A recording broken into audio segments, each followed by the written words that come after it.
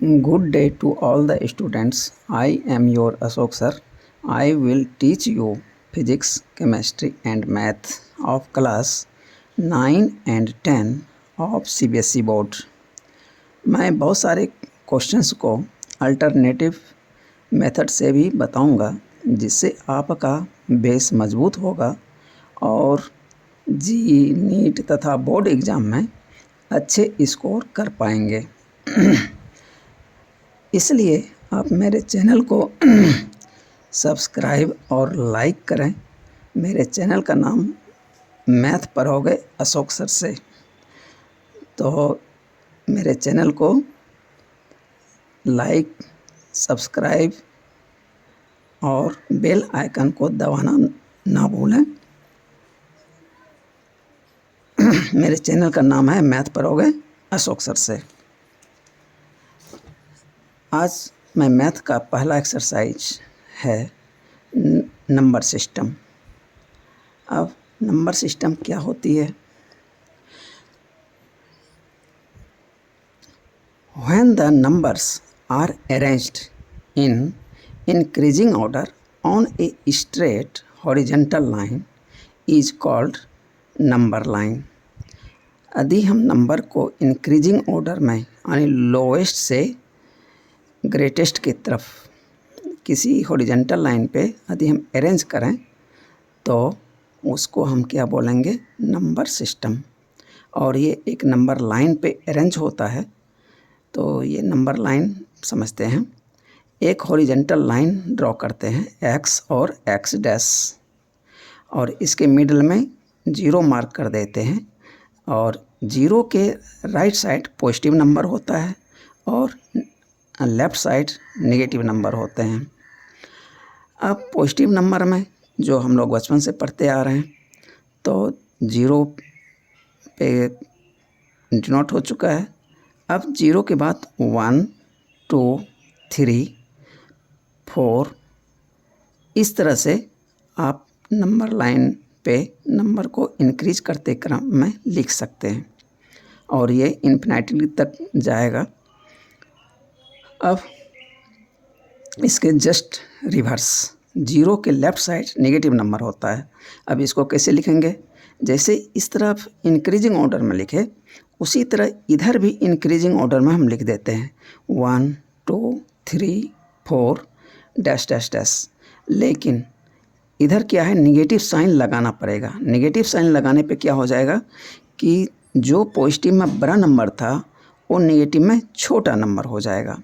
या इसको ऐसे समझें, यदि आपने पॉजिटिव साइड नंबर ड्रॉ कर दिया है, तो मिरर यदि प्लेन मिरर को यदि आप ज़ीरो पे रख दें, तो जो इमेज फॉर्म होगा और उसको सेम क्रम में यदि हम लिख दें और नेगेटिव साइन लगा दें, तो मेरा जो नेगेटिव साइड का नंबर जो रिप्रेजेंट करना था वो मेरा हो जाएगा। इस तरह से नंबर लाइन पे नंबर हम अरेंज करते हैं। अब इसमें एक एग्जाम्पल दिया गया है कि नंबर जो है कितने प्रकार के होते हैं। तो पहले इस आपके बुक में एक एग्जाम्पल दिया गया है, एग्जाम्पल को समझते हैं। ज़ीरो से आप चलते हैं राइट साइड यानी पॉजिटिव की तरफ, तो जो बचपन से पढ़ते आ रहे हैं नंबर 1, 2, 3, 4 ये पॉजिटिव नंबर है, इसको पिकअप करते हैं। पहले 1 को पिकअप किया, फिर 2 को, फिर 3 को, इस तरह से पिकअप करते करते बहुत सारे नंबर को पिकअप किया और अपने एक बैग में डाल लिया। तो इस तरह जो कलेक्शन बना, इसको हम क्या बोलते हैं? नेचुरल नंबर बोलते हैं, और इसको n से डिनोट करते हैं।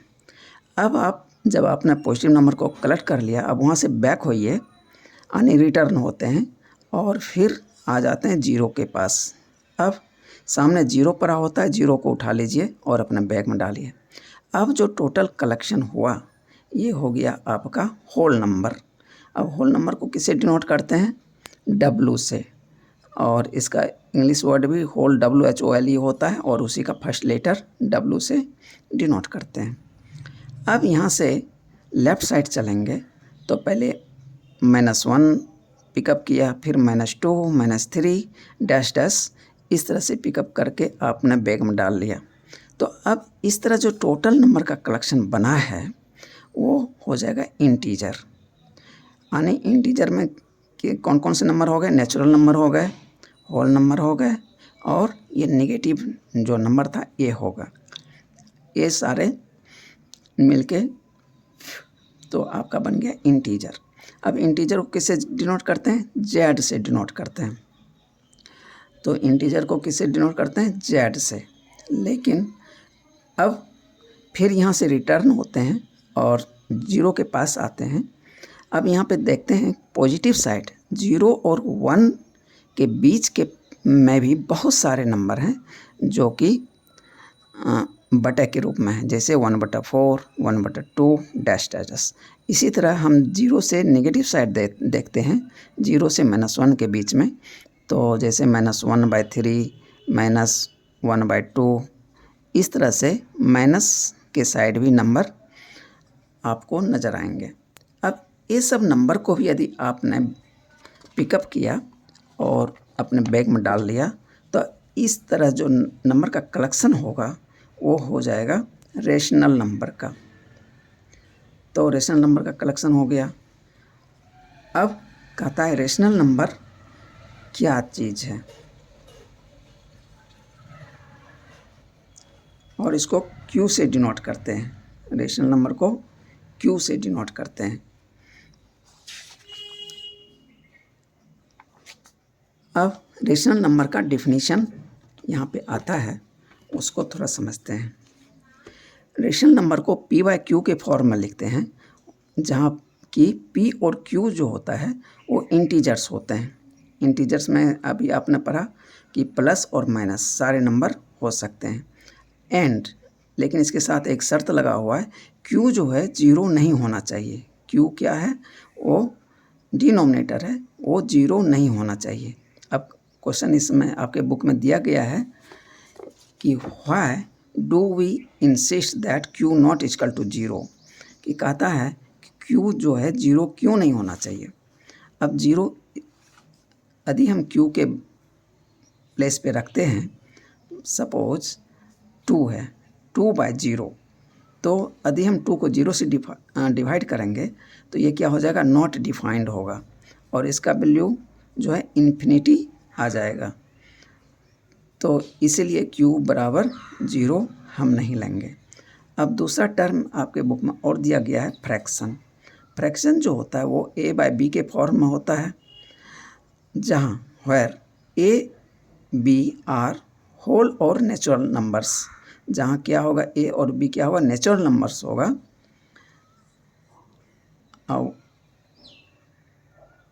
But b not equal to 0, लेकिन b जो है 0 नहीं होना चाहिए। अब यहाँ भी जैसे कि रेशनल नंबर में q 0 नहीं था, उसी तरह यहाँ पे b नॉट इक्वल टू 0। अब यदि किसी नंबर के नीचे यदि 0 हो जाए, जैसे 5/0, तो ये इन्फिनिटी हो जाएगा, और जिसे हम बोलते हैं नॉट डिफाइंड। तो इसलिए b फ्रैक्शन में भी a/b जो है उसमें b जो होगा 0 नहीं होगा। अब आगे एक सवाल दिया गया है। अच्छा, एक टर्म और छूट गया, वो है को प्राइम। आपके इसमें एक को प्राइम शब्द दिया गया है। अब कहता है p/q या a/b का जो फॉर्म होगा वो लोएस्ट फॉर्म होगा। लोएस्ट फॉर्म का बटा जो होता है उसमें जो कॉमन फैक्टर होते हैं उसको हम लोग कट करके निकाल देते हैं, इसको लोएस्ट फॉर्म बोलते हैं। सपोज तो उसमें जो कॉमन फैक्टर बचा, अब केवल एक्सेप्ट 1 बच गया। लोएस्ट फॉर्म में कॉमन फैक्टर क्या बचता? केवल 1 बच गया। इसके एक्सेप्ट और कोई दूसरा कॉमन फैक्टर नहीं होगा। तो ये जो अब ये दोनों टर्म बचा, इसको को प्राइम बोलते हैं। जैसे इसको डिफाइन कैसे करेंगे? 2 numbers having only 1 as a common factor are called coprime. Easy example 2, 3। 2 और 3 के बीच में कॉमन फैक्टर क्या है? मात्र 1 ही है। जो दोनों में 5 और 8, 5 और 7 ETC, ये बहुत सारे नंबर हैं। ये हो गया को प्राइम नंबर। अब आता है इक्विवेलेंट रेशनल नंबर्स या इक्विवेलेंट रेशनल नंबर्स। अब ये इक्विवेलेंट रेशनल नंबर क्या होता है? जैसे 2/3 है। अब इसको हम क्या करें, रेशनलाइज कर देते हैं, यानी इसको 2/2 से इंटू कर दिया, यानी इसका मतलब हो गया कि 2/3 है, इसको 2 से इंटू भी किया और 2 से डिवाइड भी किया, तो इसके वैल्यू पे ज़्यादा इफ़ेक्ट कुछ नहीं आने वाला, तो ये हो जाएगा 4/6। अब 2/3 को 3/3 से रेशनलाइज कर देते हैं, यहाँ लिख भी देते हैं RATIO rationalising LISING rationalising by 2, और यहाँ पे रेशनलाइजिंग बाय 3। अब 2/3 को 3/3 से इंटू कर दिया, तो ये हो गया 6/9। इस तरह से 2/3 बराबर हो जाएगा 4/6 और 6/9। इस तरह से हम रेशनलाइजिंग का जो नंबर है वो बढ़ाते जाएंगे तो इसका इक्विवेलेंट रेशियो मिलता जाएगा। अब आपके बुक में एक एग्जाम्पल में सवाल दिया गया है, are the following statements true और false, give reason for your answer. Every whole number is a natural number. क्या प्रत्येक होल नंबर जो है क्या नेचुरल नंबर है? नहीं, ऐसा नहीं है, ये स्टेटमेंट फॉल्स है, क्योंकि होल नंबर के सेट में एक मेंबर 0 है जो कि नेचुरल नंबर के सेट में नहीं है, इसीलिए प्रत्येक होल नंबर जो है वो नेचुरल नंबर नहीं हो सकता। दूसरा क्वेश्चन है, every integer is a rational number. कहता है प्रत्येक इंटीजर जो है वो रेशनल नंबर होगा। हाँ, ये ट्रू है, क्योंकि रेशनल नंबर के सेट में जितना भी इंटीजर है वो इंक्लूड है, तो इसीलिए प्रत्येक इंटीजर जो है वो रेशनल नंबर हो जाएगा। अब कहता है every rational number is an integer. कहता है कि प्रत्येक रेशनल नंबर क्या ये इंटीजर है? ये जस्ट ऊपर वाले क्वेश्चन का ये रिवर्स कर दिया गया है, तो ऐसा नहीं है, क्योंकि रेशनल नंबर में फ्रैक्शन नंबर भी एक्स्ट्रा एड है। ठीक है, तो अब बटा का जो उसमें एड है या डेसिमल पार्ट जो एड है वो इंटीजर में नहीं है, इसीलिए प्रत्येक रेशनल नंबर जो है वो इंटीजर नहीं हो सकता है। सपोज 2/3, 3/5, ये सब जो है ये इंटीजर नहीं है।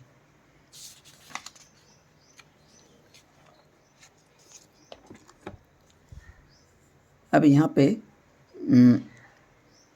Find the rational numbers between 1 and 2। 1 और 2 के बीच में रेशनल नंबर डालने के लिए कह रहा है, तो 5 रेशनल नंबर डालने हैं। तो सेम टाइप का प्रॉब्लम आपके एक्सरसाइज में है, तो वहाँ बताएंगे, तो आपको ये पता चल जाएगा कि ये क्या चीज़ है। आगे देखते हैं, आगे एक क्वेश्चन और दिया गया है, so we are left with the following question.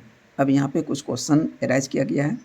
कहता है what are the numbers that are left on number line called. कहता है कि जब आप नंबर लाइन पे जो पिकअप कर रहे थे तो कौन सा नंबर आपने छोड़ दिया, तो वहाँ पे जो है कुछ नंबर छूटे हैं, वो है इर्रेशनल नंबर। अब इरेशनल नंबर क्या होती है, आगे एक्सरसाइज जो है आपका पूरा इरेशनल नंबर का है, तो उसमें बताएंगे कि इरेशनल नंबर क्या होती है, लेकिन अभी ये जान लीजिए कि वहाँ पे छूटा हुआ है irrational number. For example pi, √2, -√2, √3 ETC। उसके बाद दूसरा क्वेश्चन यहीं पे लिखा है, how do we recognise them. हम उसको कैसे पहचानेंगे? That is how do we distinguish them from the rational या रेशनल नंबर्स, और उसको रेशनल नंबर से कैसे अलग करेंगे। दरअसल इरेशनल नंबर का डिफिनेशन होता है कि वो जो होता है नॉन टर्मिनेटिंग होता है और नॉन रिपीटिंग होता है। तो मतलब कि वैसा फ्रैक्शन जिसको हम डिवाइड करें तो उसका एंड पॉइंट ना मिले, तो मतलब नॉट टर्मिनेटिंग होगा, मतलब जिसका एंड पॉइंट नहीं मिलता है यानी कटता नहीं है, यानी जिसका कि रिमाइंडर जीरो ना हो जाए, तो उसको बोलते हैं नॉन टर्मिनेटिंग नंबर। तो अब नॉन टर्मिनेटिंग में भी दो तरह का होता है, रिपीटिंग एंड नॉन रिपीटिंग। जैसे रिपीटिंग में जैसे 1/3 तो 0.333 आता जाएगा, तो ये 3 क्या है, रिपीटिंग है। तो लेकिन यदि 0.1 2 3 4 5 समथिंग इस तरह से आता रहे और वो रिपीट ना हो तो उसको बोलेंगे नॉन रिपीटिंग। इसका दूसरा एग्जांपल 0.202002000 इस तरह से हम यदि नंबर लिखते हैं तो ये non terminating on and non repeating ये नंबर होता है। रिपीटिंग का दूसरा टर्म भी यूज होता है रिक्यूरिंग शब्द, ठीक है। तो कभी कभी क्वेश्चन हो सकता है रिक्यूरिंग लिख दे तो समझ जाइए कि वो रिपीटिंग के बदले वो रिक्यूरिंग शब्द आया हुआ है। अब एक्सरसाइज 1.1 का देखते हैं क्या क्या इसमें प्रॉब्लम दिया गया है। तो कहता है each zero a rational number, क्या जीरो एक रेशनल नंबर है? Can you write it in the form p by q, क्या आप इसे पी बाई क्यू के फॉर्म में लिख सकते हैं? Where p and Q are integers and Q not equal to zero. कहता है कि आप इस जीरो क्या एक रेशनल नंबर है और इसे क्या पी बाई क्यू के फॉर्म में लिख सकते हैं, और जहाँ की पी एंड क्यू क्या है, इंटीजर्स है, और q not equal to zero. As zero is a rational number, it can be written as p by q form, that is 0 = 0/1, 0/2, 0/3 dash dash dash. या इसको नेगेटिव डिनोमिनेटर बनाएं तो 0/-1, 0/-2, 0/-3 dash dash dash हम लिख सकते हैं। Here P and Q are integers and Q not equal to zero. अब question number 2, find 6 rational numbers between 3 and 4। कहता है 6 रेशनल नंबर डालना है 3 एंड 4 के बीच। तो इसके लिए हम क्या करेंगे, 6 रेशनल नंबर है तो हम क्या करेंगे, 6 + 1 यानी 7, यानी 7 से 3 को भी रेशनलाइज करेंगे और 4 को भी रेशनलाइज करेंगे। उसके बाद इसके बीच जो भी नंबर होगा उसको लिख देंगे तो मेरा आंसर आ जाएगा। तो 3 को रेशनलाइज किया 6 + 1 यानी 7 से, 3 × 7/7 = 21/7, रेशनलाइजिंग बाय 7। अब 4 को रेशनलाइज करेंगे, 4 × 7/7 ये हो जाएगा 28/7, rationalising by 7। Hence required number are 21 से ग्रेटर क्या हो जाएगा, 22/7, 23/7, 24/7, 25/7, 26/7 और 27/7। इसमें देखिए 7 से कोई टर्म नहीं कटने वाला है, यदि कटता तो उसको मैं लोएस्ट फॉर्म में लिख देता, तो मेरा आंसर यही हो जाएगा। अब question number 3, find 5 rational numbers between 3/5 and 4/5। कहता है कि 5 रेशनल नंबर लिखिए जो कि 3/5 और 4/5 के बीच हो। तो हम क्या करेंगे, 5 रेशनल पूछ रहा है तो 5 + 1 यानी 6 से इस दोनों ही टर्म को पहले रेशनलाइज कर देंगे, उसके बाद उसके बीच का नंबर लिख देंगे। तो 3/5 को 6/6 से रेशनलाइज किया, 3/5 = 3/5 × 6/6 = 18/30, रेशनलाइजिंग बाय 6। 4/5 = 4/5 × 6/6 = 24/30, rationalising bye 6। अब 18 और 24 के बीच का नंबर लिखेंगे और डिवाइड 30 से कर देंगे तो मेरा आंसर आ जाएगा। Hence, required numbers are 19/30, 20/30, 21/30, 22/30, 23/30। अब इसमें जो नंबर कटेगा उसको हम काट देंगे, उसका यानी कॉमन फैक्टर निकाल देंगे। 20/30 0 कट जाएगा तो 2/3 हो जाएगा। 21/30 ये 3 से कट जाएगा, 7/10 हो जाएगा, और ये 22/30 ये भी दोनों इवन नंबर है, तो 2 से कट जाएगा 11/15 और ये 23/30 नहीं कटेगा। तो अब मेरा नंबर हो गया नंबर्स बी 19/30, 2/3, 7/10, 11/15 एंड 23/30। ये मेरा आंसर हो गया। अब question number 4, state whether the following statements are true और false, give reason for your answers. कह रहा है कि ये जो स्टेटमेंट दिया गया है ये क्या ट्रू है या फॉल्स है, इसका जो चीज़ है उसके अगेंस्ट हमको रीजन भी लिखना है। पहला, every natural number is a whole number. कहता है कि प्रत्येक नेचुरल नंबर जो है वो होल नंबर है। हाँ, ये सही स्टेटमेंट है। Because reason, the set of whole number includes all the natural numbers, कि होल नंबर के सेट में सारा नेचुरल नंबर आता है, इसलिए स्टेटमेंट ट्रू है। कहता है every integer is a whole number. कहता है कि प्रत्येक इंटीजर जो है होल नंबर है, नहीं, ये फॉल्स है। Reason, whole numbers are set of 0, 1, 2, 3, 4 dash that is positive only, but integers are the set of positive and negative whole numbers with 0, that is -2, -1, 0, 1, 2, 3. तो hence integers also include negative numbers which are not whole numbers. अब कहता है कि इसमें जो है negative number भी आ गया जो कि होल नंबर नहीं है, इसलिए प्रत्येक इंटीजर जो है होल नंबर नहीं हो सकता है। Question 3, every rational number is a whole number. कहता है कि प्रत्येक रेशनल नंबर क्या होल नंबर है, नहीं, ये फॉल्स है। Every rational number is not a whole number. अब इसका रीजन क्या है, the set of rational numbers includes all the positive, negative, terminating, non-terminating, but whole number is a set of only positive numbers with 0. Thus, rational numbers which are negative, terminating decimals, non-terminating are not a whole number. तो ये exercise आपका यहीं ख़त्म हुआ। अब आगे का exercise irrational number है, इसको मैं आगे के वीडियो में बताऊंगा। Okay, thank you.